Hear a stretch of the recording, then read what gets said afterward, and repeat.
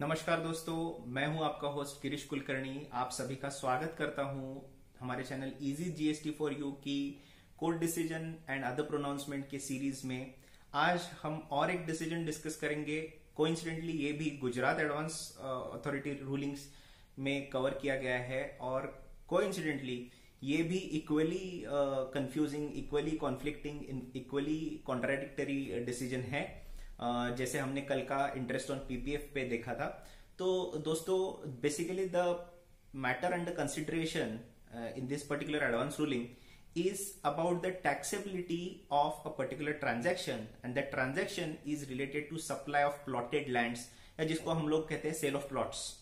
तो यूजुअली हम लोग अगर देखते हैं दोस्तों कि सेल ऑफ प्लॉट्स के ट्रांजैक्शन में क्या होता है, तो यूजुअली द ओनर और the वेंचरर of that particular activity वो लैंड को लेवलिंग करता है। लेवलिंग के साथ साथ जो भी एडमिनिस्ट्रेटिव अथॉरिटीज होती है वो अथॉरिटीज से सेल के लिए परमिशन लेने के लिए जो भी बेसिक एमिनिटीज, जो बेसिक फैसिलिटीज है उसका डेवलपमेंट वहां पे करता है। Which will be for example basic water की फैसिलिटी हो, ड्रिंकिंग वाटर यूज के लिए जो वाटर है उसकी फैसिलिटी हो, इलेक्ट्रिसिटी लाइंस की फैसिलिटी हो, इसी के साथ साथ टेलीफोन लाइंस की फैसिलिटी हो, इसी के साथ फेंसिंग हो बेसिक डिमार्केशन के लिए, या तो फिर ड्रेनेज एंड सूरेज के लिए जो भी प्रोविजनिंग करना है वो हो। तो ये सब प्रोविजंस करके different different plots of the main land होते हैं और उसको वो सेल करता है या जीएसटी के पॉइंट ऑफ व्यू से सप्लाई करता है। तो यहाँ पे जो एप्लीकेंट था एडवांस रूलिंग का, दीपेश अनिल कुमार नाइक, ये मई 2020 का गुजरात एडवांस रूलिंग अथॉरिटी का डिसीजन है। तो यहाँ पे एप्लीकेंट से ये सवाल पूछा गया था कि ये नेचर का जो ट्रांजैक्शन है, क्या ये ट्रांजैक्शन टैक्सेबल है जीएसटी के अंडर और कैसे होगा। तो इनका कंटेंशन जो था एप्लीकेंट का, तो वो ये था कि as this is nothing but a sale of land और supply of land and the land is covered under schedule 3 of CGST act. Schedule 3 is supply, neither it should the supply of, it is neither supply of goods nor supply of services, तो levy का सवाल आता ही नहीं है। तो इसके चलते जो प्लॉटेड लैंड का सेल है वो जीएसटी में टैक्सेबल नहीं होगा। लेकिन एडवांस रूलिंग अथॉरिटीज ने जो डिसीजन इसको दिया हुआ है वो अलग दिया हुआ है। वो उनके तो कहने से कि ये उनके हिसाब से ये टैक्सेबल ट्रांजैक्शन है और उसके लिए जो उन्होंने रीजंस दिए थे वो 2-3 रीजंस मैं आपके साथ डिस्कस करूंगा। इसके बाद मैं अपना व्यू भी आपके सामने रखूंगा। पहला जो रीजन दिया था एडवांस रूलिंग अथॉरिटीज ने, उसमें उन्होंने कहा था कि जब ये सेल ऑफ प्लॉट्स हो जाएंगे तो उसके सेल में जो प्लॉट का एरिया है उसके over and above that common area का भी लोडिंग है। So which is a super built up area which is sold and not the only area which is demarcated to that particular plot of land. तो that was the reason number 1। Reason number 2 था कि जो price है या cost है of that particular plot of land is also including a portion of the common facilities, या तो फिर उसका भी लोडिंग उस कॉस्ट में किया गया है। तो it is not merely a sale of land, ऐसे उनका कहना था।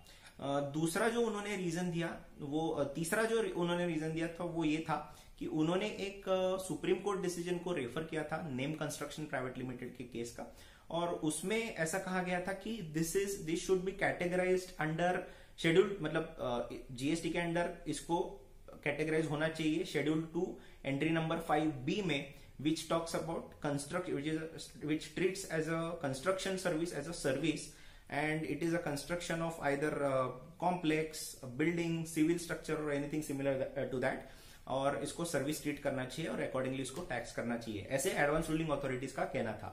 अभी दोस्तों अगर इस ट्रांजैक्शन को हम लोग असेस करें तो कुछ पॉइंट्स मैं आपके सामने रखना चाहता हूं कि सबसे इंपॉर्टेंट नंबर 1 पॉइंट है कि अगर इसको हम लोग for the sake of argument हम लोग उसको मानते भी है, चलो इसको टैक्सेबल करना है, तो इसके लिए टैक्स करने के लिए where is the mechanism in GST act? That is number 1 question. Because if they tax it will be taxable at the value of the transaction, और वैल्यू ऑफ द ट्रांजैक्शन के केस में इस पे ऐसा हो जाएगा कि लैंड पे भी टैक्स हो रहा है, which is not correct because land is separately covered under schedule 3। दूसरी चीज, अगर इसको हम लोग कंपोजिट सप्लाई ट्रीट करते हैं, मतलब वो करना भी कितना सही है उस पर अलग से असेस करना पड़ेगा, but for the time being, for the purpose of the argument, if we even get considered with the it is a composite supply with the other facilities and services which are provided along with the plot of land, तो उस case में because दो services में be ancillary for the use of this particular plot, इसको use ही नहीं कर सकते जब तक हमारे आने के लिए रोड्स ना हो, इलेक्ट्रिसिटी ना हो, एक्सेट्रा एक्सेट्रा। तो इसमें भी principal supply sale plot of land ही है, और सप्लाई भी है, क्यों नहीं है वो भी that is also arguable because again it is schedule 3, तो whether it is a composite supply itself और नॉट इज ऑल्सो क्वेश्चनेबल, तो वो भी फेल होता है। तो किसी भी तरीके से उसको लेवी एस्टेब्लिश नहीं होती है, और अगर मैकेनिज्म नहीं है तो लेवी फेल्स। इसके लिए काफी सारे अपने सुप्रीम कोर्ट के भी डिसीजंस है, और ये एस्टेब्लिश प्रिंसिपल है कि any of the mechanism fails तो लेवी फेल्स। जैसे गोविंद सरन गंगासरन है, बीसी श्रीनिवासा है, तो काफी इस पे already it is a settled principle, तो मेरे हिसाब से वो भी गलत चीज है। दूसरा जो सुप्रीम कोर्ट का डिसीजन का रेफरेंस लिया था in case of name construction, तो मेरे हिसाब से वो जो था वो कंज्यूमर प्रोटेक्शन एक्ट के रेफरेंस में दिया गया डिसीजन था।